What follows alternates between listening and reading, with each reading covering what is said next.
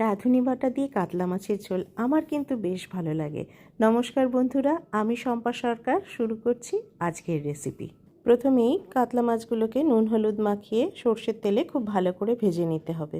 এরপর ওই তেলেই লম্বা করে কেটে রাখা আলুগুলোকেও হলুদ নুন দিয়ে ভেজে নিতে হবে।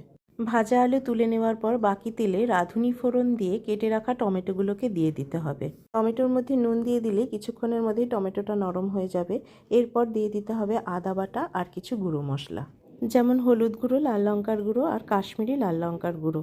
সব মশলাগুলোকে অল্প জল দিয়ে খুব ভালো করে কষিয়ে নেবার পর ভেজে রাখা আলুটা দিয়ে দিতে হবে। আলুগুলো দেওয়ার পরও খুব ভালো করে কষিয়ে নিতে হবে। আলু ভালো করে কষানো হয়ে গেলে দিয়ে দিতে হবে তার মধ্যে 1 চামচ রাঁধুনি বাটা। রাঁধুনি বাটা বেশি দেবেন না, তাহলে তেতো লাগতে পারে। রাঁধুনি বাটা দিয়ে বেশিক্ষণ কষাবেন না, তাহলে রাঁধুনি ফ্লেভারটাও চলে যাবে। এরপরে দিয়ে দেবেন প্রয়োজন অনুযায়ী জল।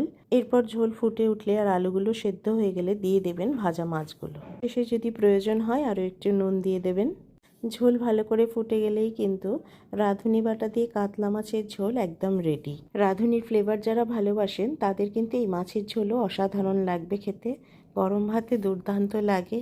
বাড়িতে অবশ্যই ট্রাই করবেন। আশা করি আপনাদের সকলের খুব ভালো লাগবে। রেসিপি পছন্দ হলে জানাতে ভুলবেন না কিন্তু।